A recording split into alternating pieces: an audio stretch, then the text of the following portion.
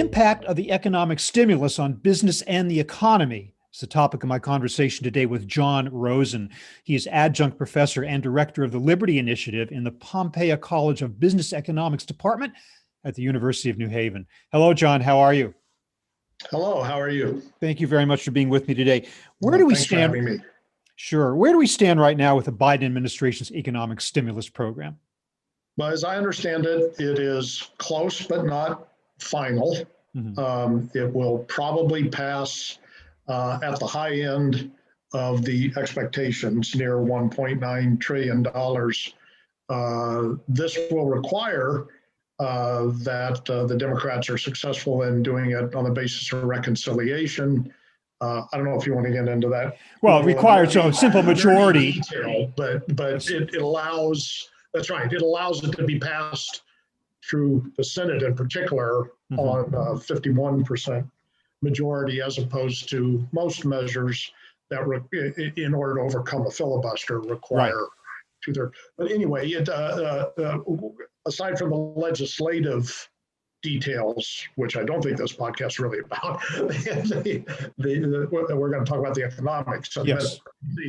It looks like it's going to go through, and it looks like it's going to go through at the high end at 1.9 trillion.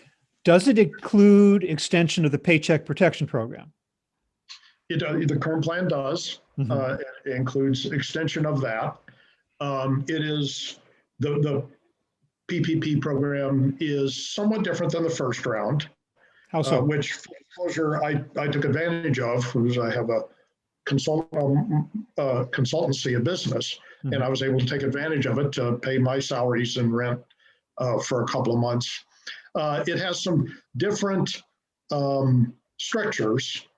The new round has some different strictures aimed at making sure that the only people who can take advantage of it are those whose business genuinely dropped by, I believe it's 25%. Compared with pre-pandemic?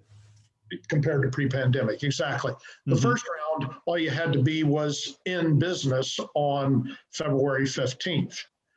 This round, you have, now that it's a year later, you have to show that you actually lost business to take advantage of it.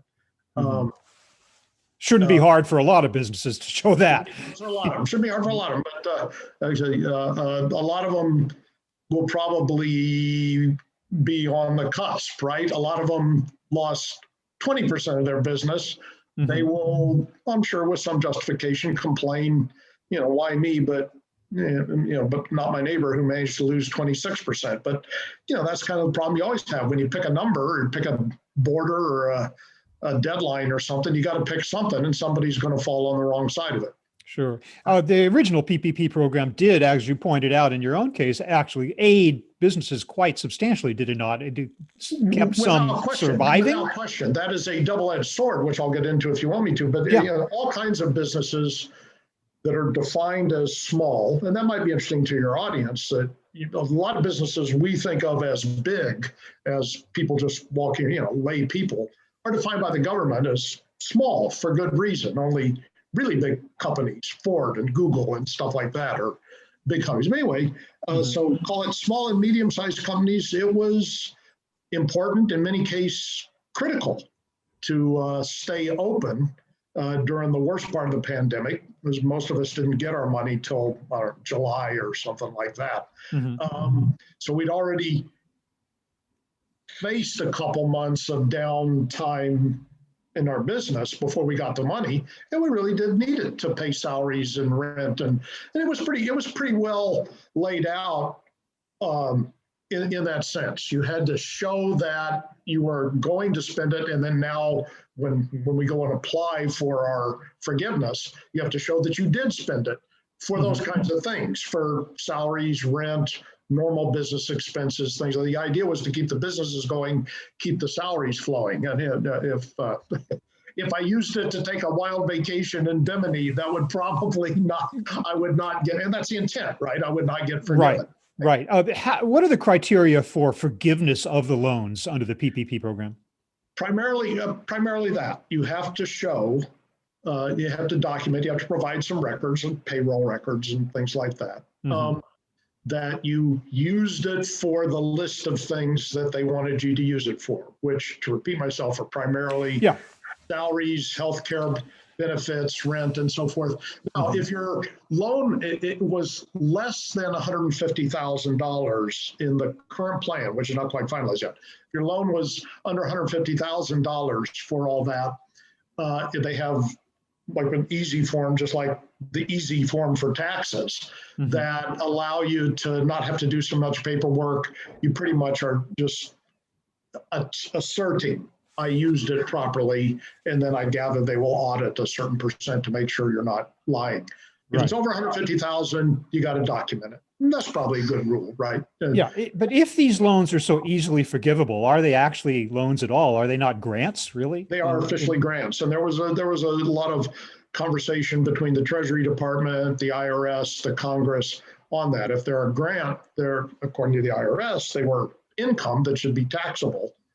According to the Trump administration then and the Biden administration now, is that yes, but we don't want it taxable that way. That kind of defeats the purpose. The purpose was to grant money to businesses that need it. And so essentially the IRS got overruled on, they wanted to treat it as income on which a small business would have to pay taxes. There's a logic there if you're the IRS.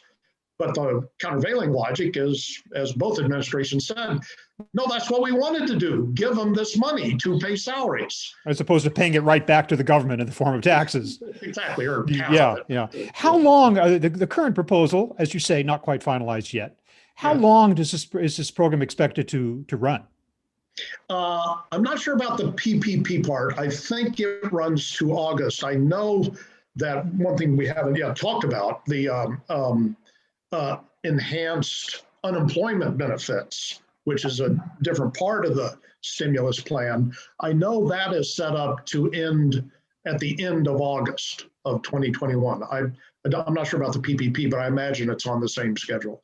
Well, there's so much uncertainty as to when this economy is going to recover, but I guess maybe we'll address it again if August comes along and we're in no better shape than we were before. But that would be bad. The Republicans have argued, as I understand it in the debate, that the economy seems to be coming back okay, and this is an unnecessary expenditure that will only run up the debt and cause us to pay more taxes.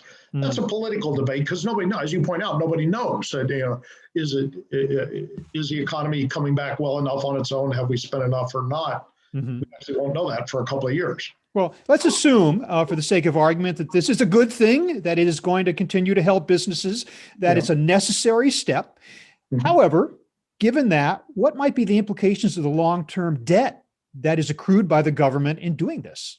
Well, the long-term implications are serious. So 1.9 trillion is a number that a couple of years ago we would have all say, where are they going to get the money? Well, look at what's going to happen to my taxes. How can we possibly come up with that? After all the bailouts, after the 2008 crash, a couple of trillion doesn't sound as frightening as it did then. So on the one hand, without question, it is money we don't have right now, the government doesn't have right now, so it is adding 2 trillion to the debt. Somehow debt has to be paid. The only way to pay it off is to tax, so we're all going to be paying more taxes.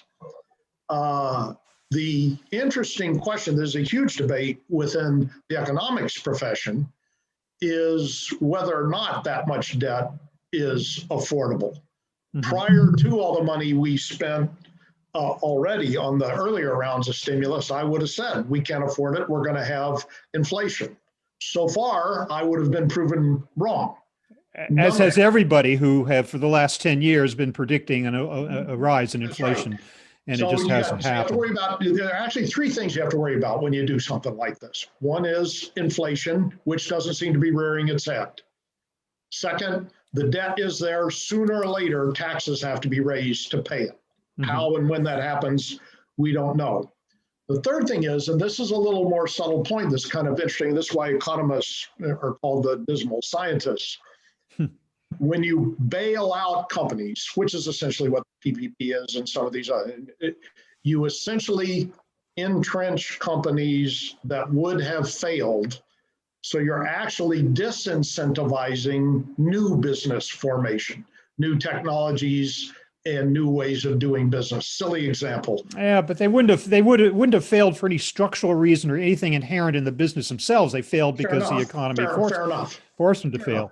I guess you call it a bailout. Maybe that's a more accurate thing to call it than a stimulus. It's not really a stimulus, is it? It's a rescue package more than anything. I suppose it depends on your point of view, right? Mm-hmm. If you're the person whose business is failing, it's a lifeline. It's not a bailout. Not my fault. I didn't cause this virus. It's not a bailout. It's a lifeline. If you're an economist, I guess you look at it as a stimulus. And if you're a politician that wants to vote against it, you call it a bailout. So whatever label you choose to put on it. Yeah. Yeah. Well, I don't know. I guess one thing at a time, right? Let's get this done. Let's save some businesses, and let's worry down the line about the long-term implications of how we're going to pay it all back. But that is the theory. We'll worry about paying for it when we all still have jobs and we've all been vaccinated. Right. Okay. Well, listen, John Rosen, thank you so much for clarifying for us at least where we are at this point in time with regard to this measure, whatever you want to call it. It sounds like a very essential aspect in keeping us all going, at least for the next few months. But thank you for being with me today. Really appreciate your time. Thank you very much. Thanks for having me.